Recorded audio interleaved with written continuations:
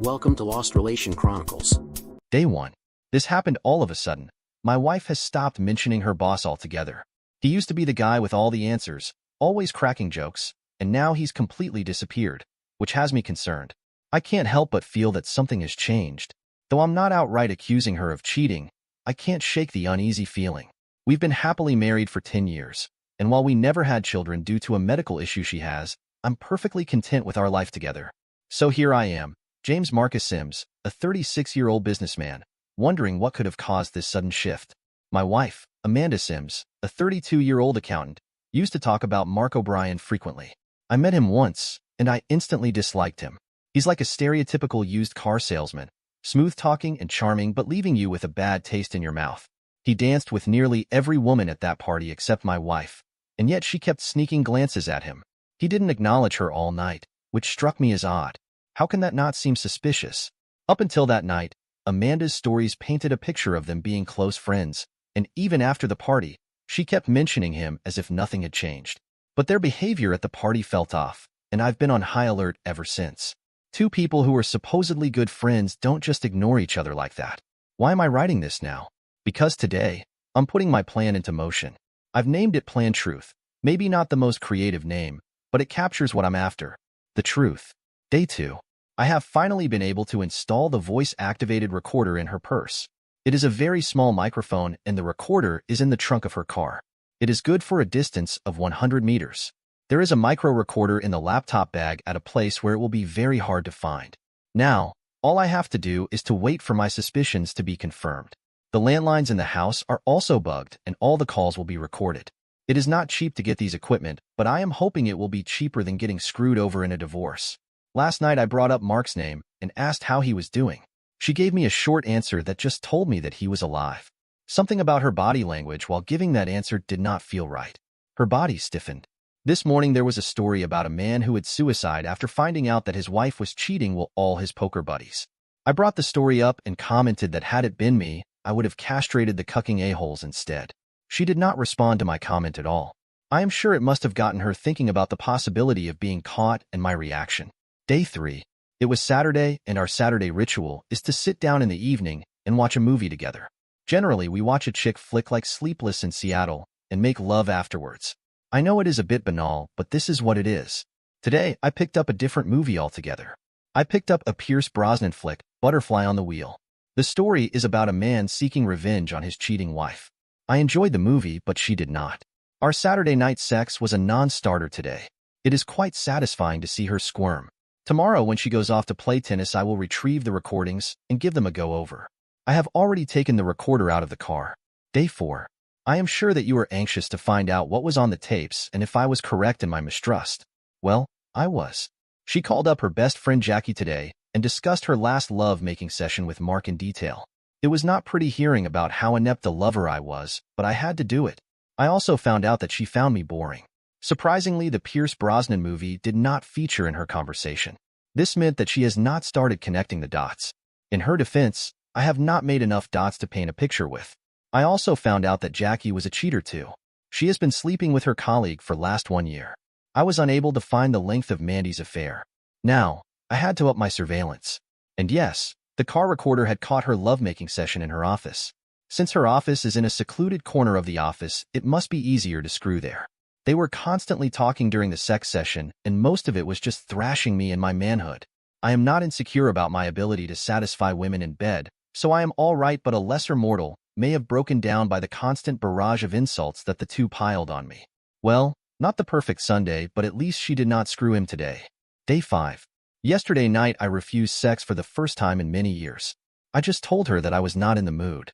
She was shocked, but I don't think she will kill herself over it. When she asked me if anything was wrong, I told her that I was not entirely satisfied with our sex life and would discuss things with her as soon as I could put my finger on the root cause of this dissatisfaction. I could see apprehension on her face. I have been living in doubt for a long time in this marriage, and it would do no harm to make her taste the uncertainty. In the morning today, I got up before her and deliberately made only 1 cup of coffee, and I was drinking it when she came down. She went to the coffee pot to pour a cup only to find it empty. She asked me why I made just 1 cup of coffee, and I replied I was not sure if she was still drinking coffee or if she had switched to tea. Mark O'Brien is a fall-off of the British invasion. His parents were from England, and although he was born and brought up in the States, he still acts and drinks like a Brit. My dig at T was a direct reference to Mark without naming him. Today, when I retrieved the recorder from her car, it had a conversation she had with Jackie where she said that I was making digs about Mark and also that I refused sex last night. She is getting worried, and it won't be long before she will try to do something about it. I am going to have a nice sleep tonight. No doubt she will attempt sex again, but she did give him a BJ today. Day 6. I have to admit things are working out much better than I anticipated.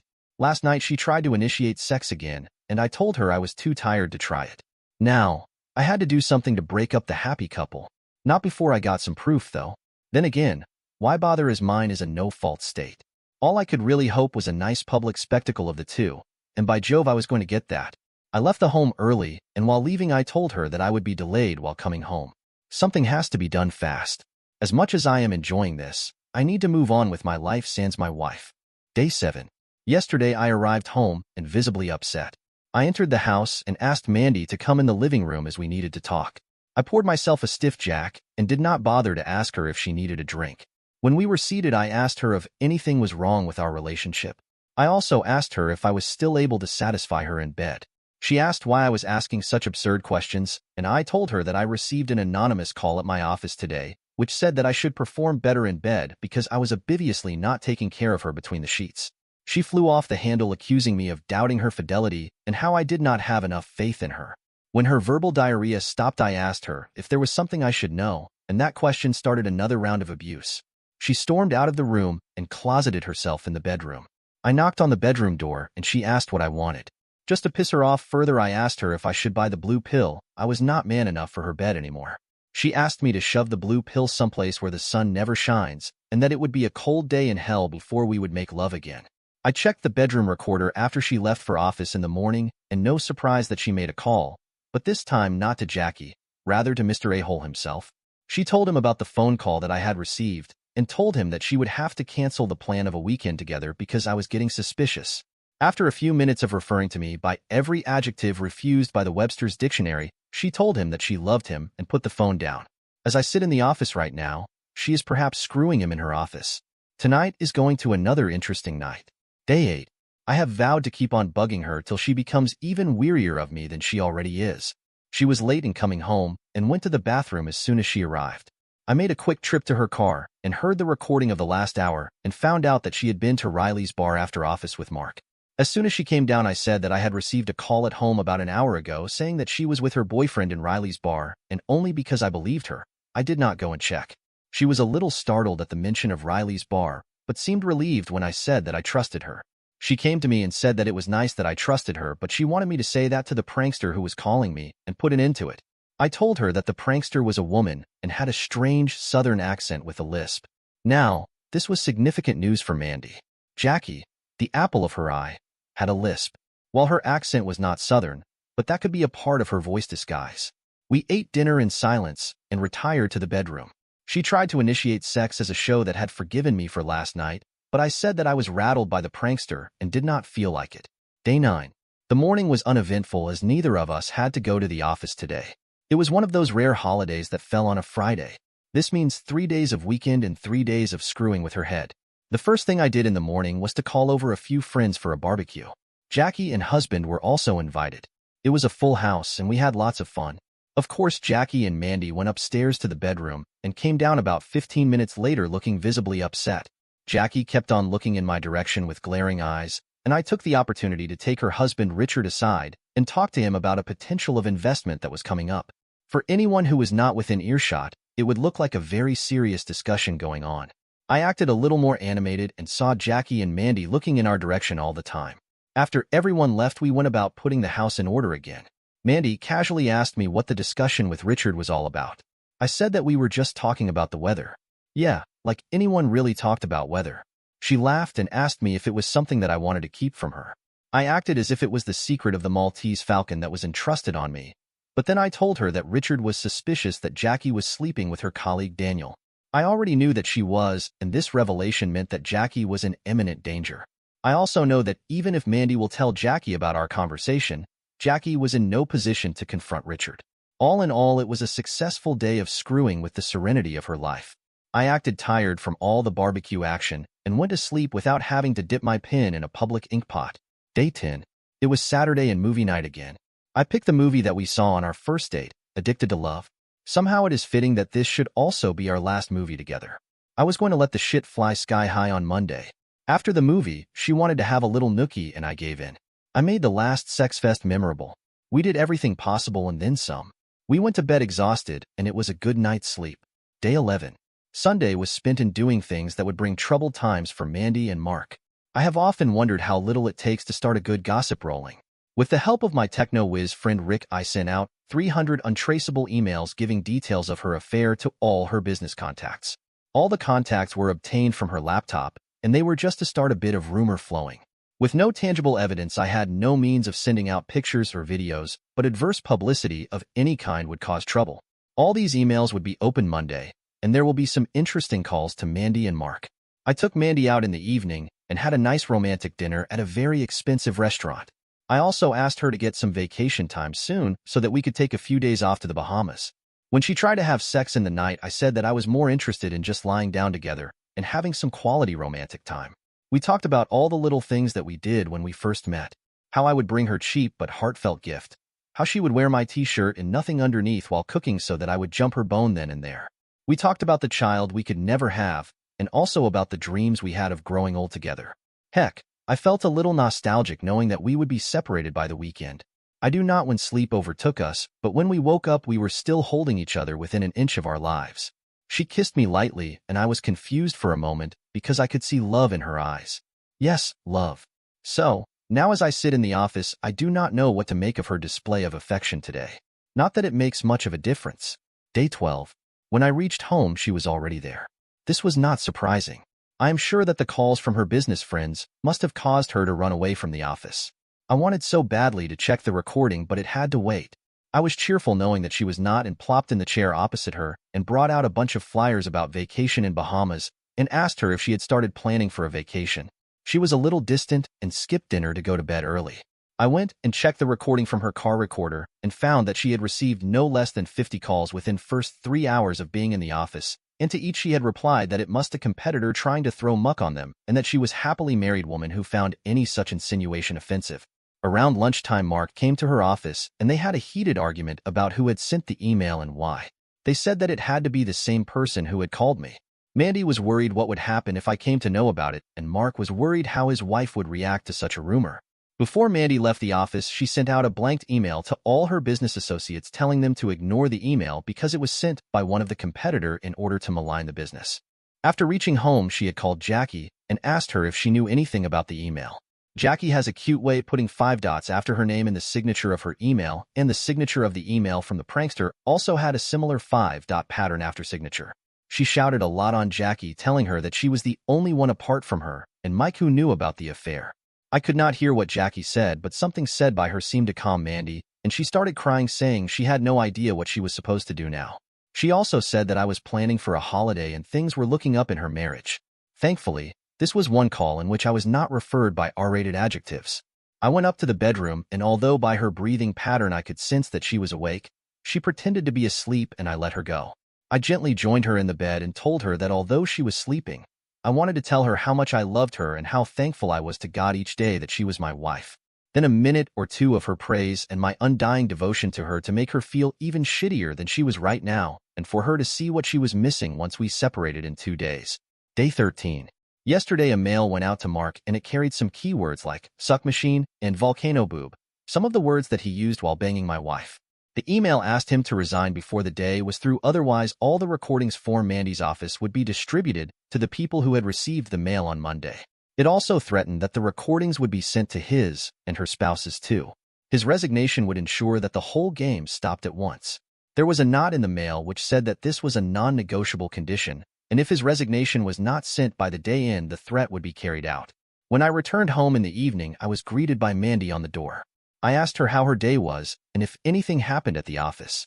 She wondered why I asked her that, and I told her that I received another call today which told me to ask her if Mark had resigned. I could see the blood drain from her face. She said that Mark did resign, but it was matter of public knowledge, and someone was trying to make it look sinister while it was totally innocuous. I let it slip and asked her if she had talked about vacation at her office, as I was raring to go on a vacation with her pretty soon.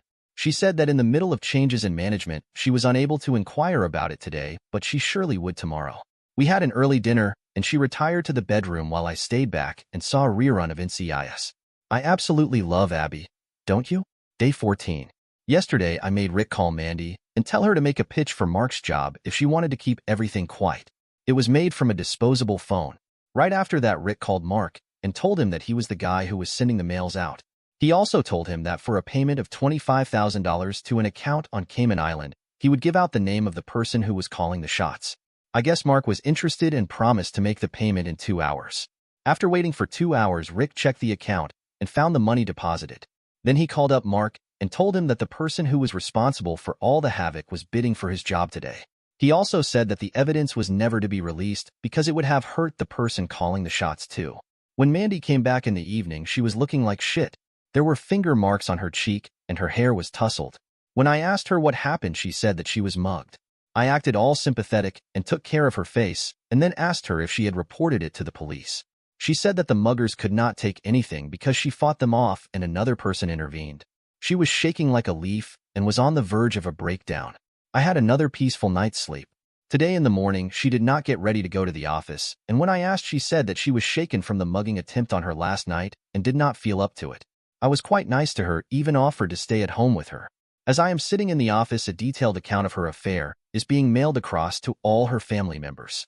Again, fiction, but quite enough to cause her ample trouble to break her spirits further. I'm sure I am about to receive some phone calls before the day is over. Day 15. Yesterday, I was inundated by calls, and for the first time, I had a direct participation in all the drama. I received a call from her mother, her sister, and also our local priest. On top of it all, I also received a call from my darling wife asking me to come home right away. When I pulled into the house at 4 in the evening, I was greeted by a full house. My father-in-law, my mother-in-law, my sister-in-law, her husband, and of course my unfaithful wife. Mandy ran into my arms and told me that she was being set up and that she had done nothing wrong. I said that I believed her. That was the reason why I did not even bother to call her once I came to know about the email from her mother. I told everyone present there that I had implicit faith in my wife and that she would cut her hand off before cheating on me. That seemed to calm everyone down. After that, I asked everyone to stay back of dinner since they were there. I said that it would give Mandy great strength if all of us spent some time together as family. They agreed, and Mandy and her sister got busy with preparation for dinner. I went upstairs for a change of cloth and called Rick and asked him to have the CD with the audio recording of her love-making session delivered to my house. He said that it would be done within the hour, and it did. The doorbell rang, and a young boy of around 15 delivered a package that had "Hear It" written on top of it. Since I received it, I thought it best to hear it in front of everyone on out home theater system. Not 1 minute into the edited tape, everyone went quiet. Mandy was still in the kitchen, and when she came out, she heard the noises coming from the speakers. Thanks to the verbal abuse that they were heaping on me, there was no doubt left that it was indeed my wife and her lover. All I did was look at her with puppy eyes and ask, "How could you?" After that, I just sat back and watched with sad eyes as each of her family member tore into her. Every few minutes I would say something like, "I can't believe it," and it would start another fresh round of shouting by her parents and her sister. My brother-in-law fixed me a drink and sat down beside me. As the shouting would taper down, I would ask, "How could I have been so blind?" or something to that effect. After an hour of taking her happiness, I called Mark up on his mobile phone and told him that I was coming for him, and he better be home and well armed to defend himself. As I started to leave, I was stopped by my father-in-law and told that I should not do anything foolish. As if I was going to do anything foolish after setting things up so beautifully. I asked him to accompany me to Mark's house because I needed to confront the a-hole and get some answers. I took the CD with me to play at Mark's house. After all, I had to ensure that he got divorced too. He has children and was going to be hit hard by a divorce on top of his recent jobless state. Cliff, my father-in-law, agreed to go with me, and we set out for Mark's house. I had been earlier to attend a party and I knew his address. As I pulled up in front of his house, I saw some movement at the front window. I am sure that he was waiting for me. I did not go inside the house, instead stood in his front lawn and shouted on the top of voice, "How long have been screwing my wife? You a-hole." And he stepped out on the front porch. I wanted his whole neighborhood to hear about the kind of man that he was. People from adjacent houses came out and were looking at the drama unfolding. He said that he did not know what I was talking about, and that his relationship with my wife was purely professional. Then by a masterstroke, my father-in-law stepped up and said that his daughter had confessed to the affair, and there was no use denying it. Hearing that, Mark's wife stepped out on the porch, took off her pencil heel sandal, and banged him right on the head. As blood rushed from his head, she started shouting on him, calling him a liar, a cheater, and whatnot. All the while she kept swinging her sandal, hitting a few and missing a few. Every time a blow connected, it opened up a new blood vein to bleed. I could not do more damage to his face and body if I told a golf stick to him. I was not in any kind of legal trouble as yet, and all I could be charged for was shouting. I shouted again that I would break every bone in his body and not spare the cartilages either, if I saw him anywhere near my wife or me. After the rather satisfying outing, I headed back home where my wife was waiting for me. Upon reaching home, I saw Mandy collapsed on the sofa and her mother and sister trying to revive her. I sat down on a sofa and held my head in my hand. No matter what, it had been emotionally exhausting few days, and finally that things were coming to a close and I was about to get rid of her. There was a sense of relief and a sense of victory and strangely no sadness or anger. I was done with her. I told everyone that I was retiring for the night and left all of them in the living room tending to my rambling wife. Sleep came softly and overtook my consciousness, and I had a dreamless night. I woke up to find that my sister-in-law and her husband had left last night, but Cliff and Chris, my mother-in-law, were still around. Chris had prepared a pot of coffee, and I had the cup of coffee in a house that was as silent as a morgue. While I was still on my first cup of coffee, Mandy came out, and one look at me she broke down and started crying again. I am not sure what she was crying about, but I am sure that the affair had something to do with it. Not my mistake, not my problem. I have taken a day off, and today I'm updating the diary in my study rather than doing it in my office, as I do during weekend. At around 10 in the morning, Chris came and sat down beside me. She told me that Mandy wanted to talk to me. While there was nothing left to talk about, I knew that I would not be done unless I spoke in no uncertain terms that the marriage was over, so I agreed. When Mandy came into the study, I told her that I was recording the conversation, so that we both could stand by whatever we spoke in the conversation today. This made the recording admissible in the court of law and covered another base for me. She started off by telling me how sorry she was, and I said that I was sorry too. She went on to explain how the affair started over a drunken dinner while at a conference, and how it took a life of its own when they returned from the convention. She was not in love with Mark, but he was an exceptionally good lover, and pretty soon she was enjoying the sessions with him. She said that all during the affair she had developed a serious contempt for me because I did not measure up to Mark in bed. She then told me that she was going to break off the affair because it was destroying her marriage with me, and she generally liked being married to me and loved me too. Nothing made sense to me. Why was she calling me an inept lover when she wanted to reconcile? What was all the talk about love? In all the recordings I made of her, there was no talk of breaking off with Mark. She then told me that I did not have the complete recording of the day her office when she broke off with Mark, and that he had resigned because he thought it was going to be tough to work with her after the break-off. Once she gave me the bullshit about Mark's resignation, I realized what she was doing. She had told me about me being an inept lover because she wanted me to believe that she was being absolutely candid and honest with me. If I could finally see that she was being honest with me, I would believe that she was saying the truth about breaking it off with Mark.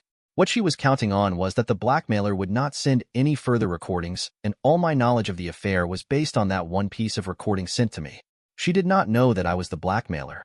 I asked her what was all that running me down all about, and she said that it was just trash talk while having sex and I should not read too much into it.